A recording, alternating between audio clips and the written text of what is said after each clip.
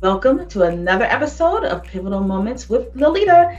And as always, I'm excited to have another amazing person joining the conversation today. I have Tashena, who is a wholeness wellness coach. I'm sure she's going to get that. Correct me if I'm wrong in saying that. But just doing amazing things, of course, with empowering women and people and all about being naturally healthy. So I am going to turn it over to Tashena so that she can tell you in more detail the amazing things that she's doing. Welcome, Tashena. I'm so happy to be here. I love to collaborate with other people, and I just love to have the opportunity to speak. So my company is VidActiva, which I'm fluent in Spanish, and I teach in both English and Spanish. And so basically, VidActiva is like a contraction of active life. So, and that's pretty much been the only thing that's been consistent with me, that I've always been super, super active and try to throw a little bit of wellness and holistic stuff in there to keep me healthy while I am active. And so I do 1 or 2 classes per week, usually very free. And then I also do a Feel Good Friday in both English and Spanish, and that gets uploaded to my YouTube. So I have over 800 videos on YouTube from consistently doing that for 4 years, and 200 of which are in Spanish on things like natural ways to reduce high blood pressure. This time last year, I did videos on how to get more vitamin C and how to get more vitamin D and all the things that would help us stay healthy during the things that we've gone through for 2020 and 2021.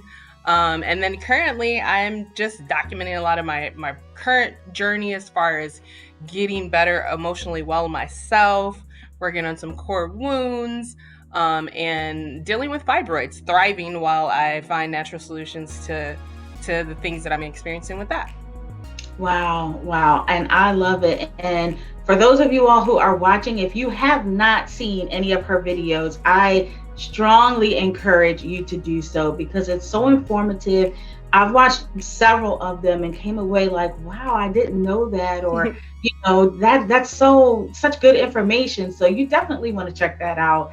But let's get into the conversation for today about pivotal moments. So which pivotal moment will you be talking about today? So as I was just thinking about what I do as far as holistic wellness, and when I talk about holistic wellness, they talk about the 8 dimensions of health, and I have a video on that.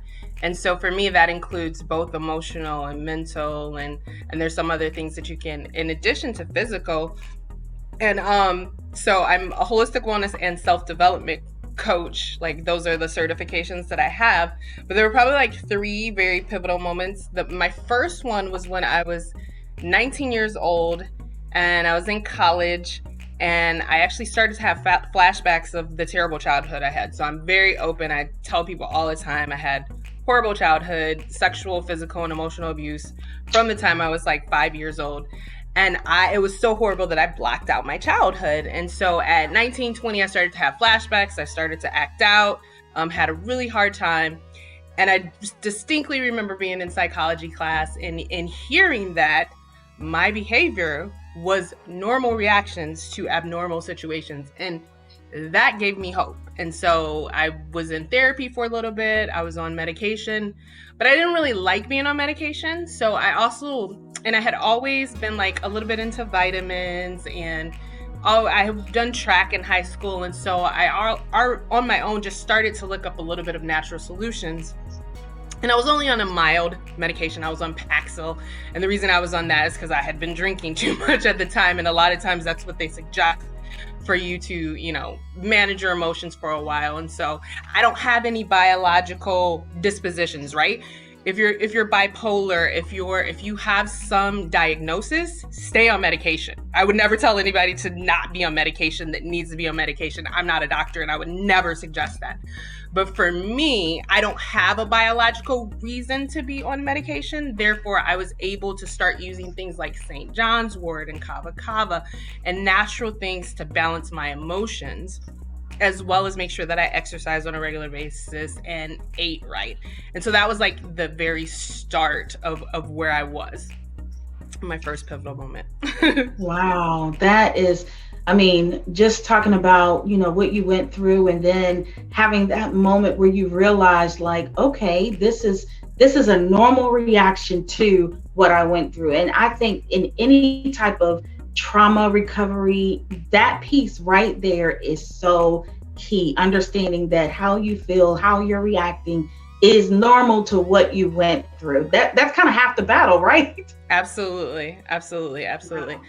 And then just after that, I'm sure life gets in the way of everything. Like you have so many intentions and you're single and you're young and you're like, I'm going to look this good forever when you're in your 20s. And then you get married and life and work and bills and behind on bills and stuff. And I just, being in the automotive industry, I kind of let that stuff go for like a while. I just went through life, and here in Michigan, being in the automotive industry, there's not a lot of people that are vegan at work, and a lot of, that's not really the culture there. Maybe if you were in a different environment, we get Buffalo Wild Wings once a week and pizza once a month, and we sustain ourselves on 4 cups of coffee and a neon colored energy drink or Mountain Dew. Like, that's the culture. We exercise, but health isn't really. And so I got into that pattern, right? Working 60-hour work weeks and then trying to do all the spiritual things at the same time. And my health started to go down when I was in my 30s. And for me, mine was such a rapid succession that like I couldn't handle it. So first I got high blood pressure, which everyone in my group either had high cholesterol or high blood pressure. So it's like, okay, all right, I just get the medication for that and whatever. And then I started to have gut issues, and I ended up having a new allergy. So I had to have an elimination diet, and that helped me, start eating right. It was like, no, you can't have Taco Bell if you have ulcers. Like, that doesn't, you can't have, it's not gonna work.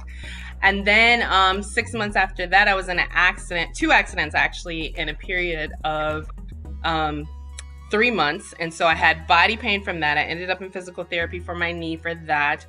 And then I started to have hormone issues in that time frame as well. And so that was the first time I actually developed fibroids. That ended up being the thing. And I got to the point where I was bleeding 25 days out of the month, plus all of the just, if you're on your period 25 days of the month, then that's there's emotional stuff, all that stuff, right?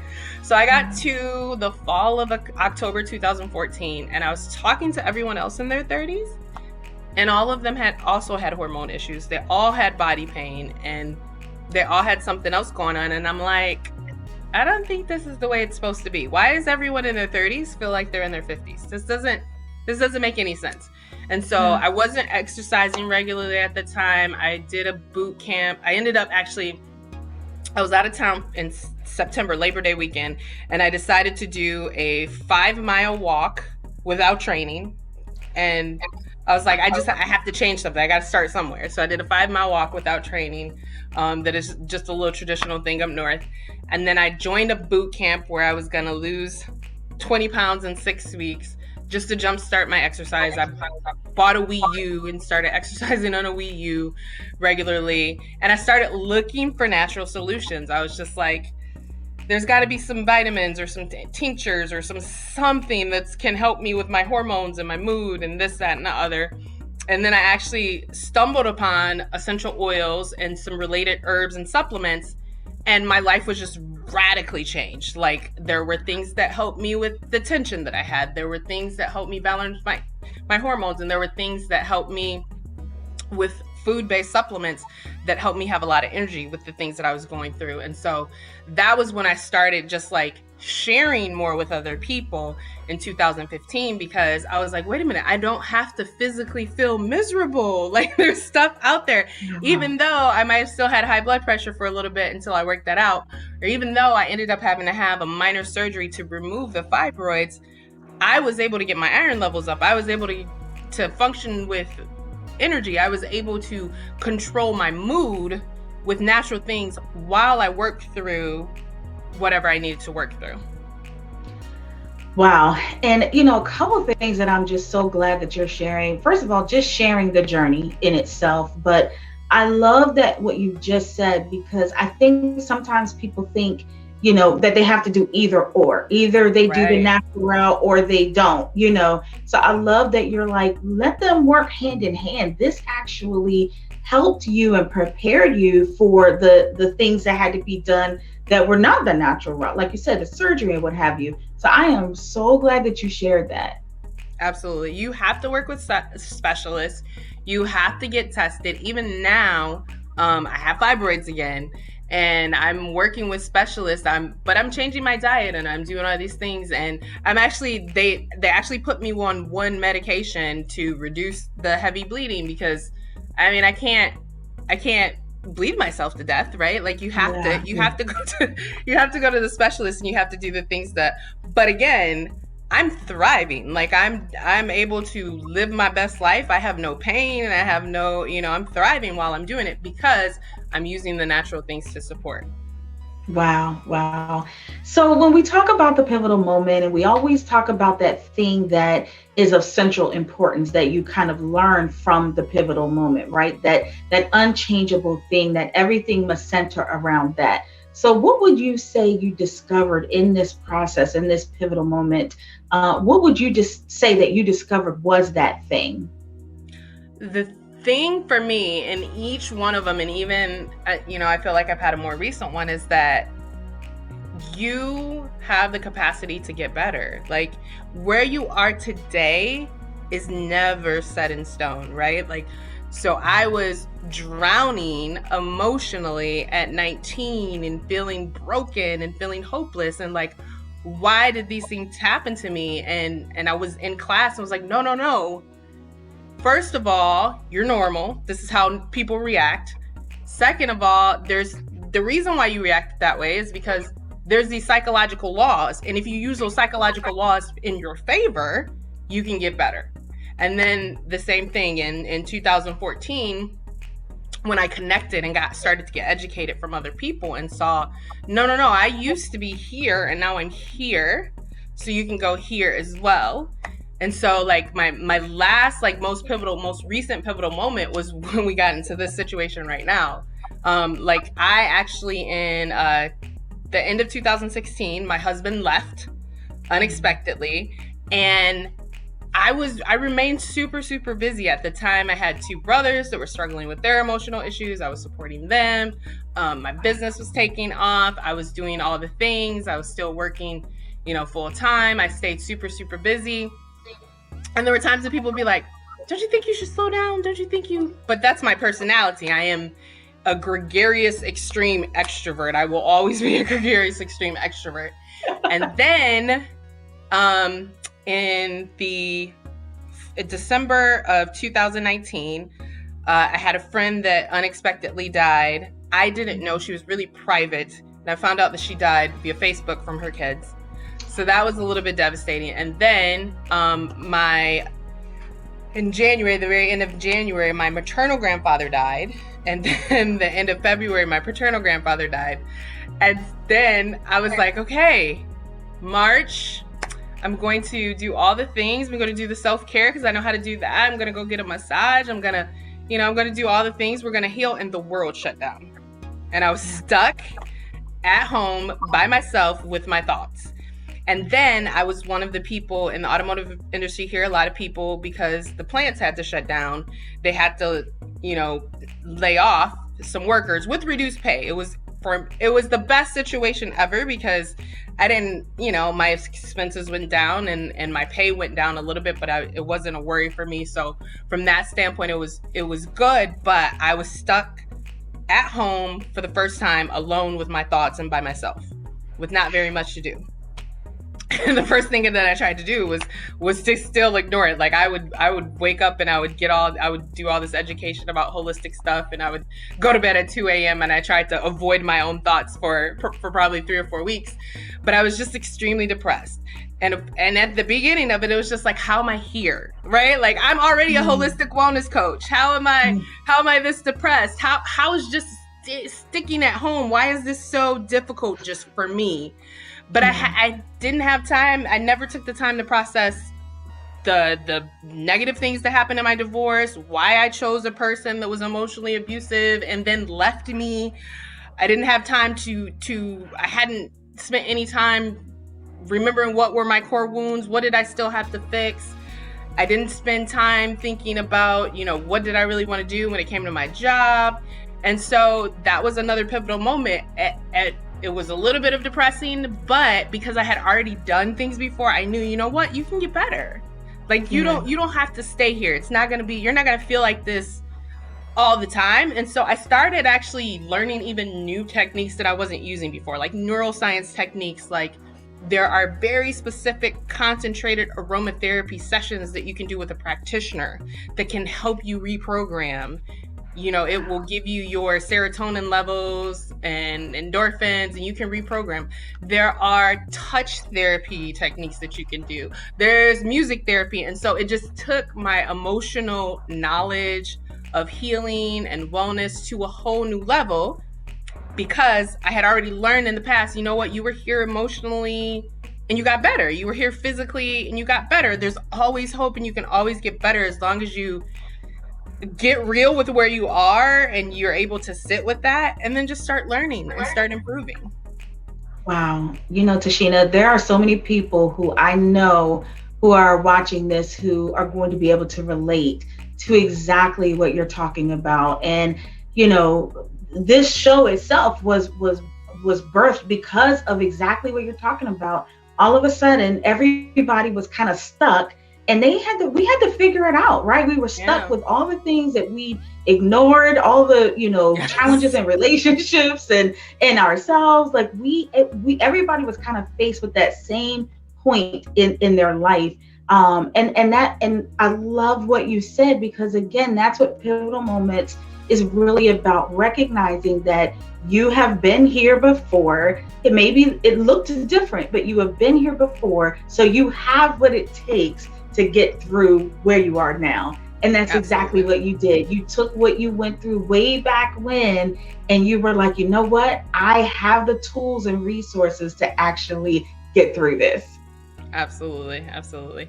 I love it. So let's talk about adjusting really quick. So adjustments, you know, that can take on a different tone, right? That's usually adapting to something that's uncomfortable, unfamiliar. Mm-hmm. So with all this, what were the adjustments for you? When did you have to make the adjustments?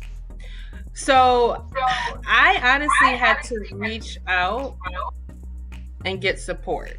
And I don't think that I was doing, I would educate myself. You know, I would get books, and I would go to classes, and I would go to seminars and stuff like that. But the adjustments that I had to make in order to really dig deep was to get help. I had to get one-on-one help. So again, getting with an actual practitioner, because I had all these, just like I have a calendar full, right? Like, so I had a calendar full, and then all of that had to go online.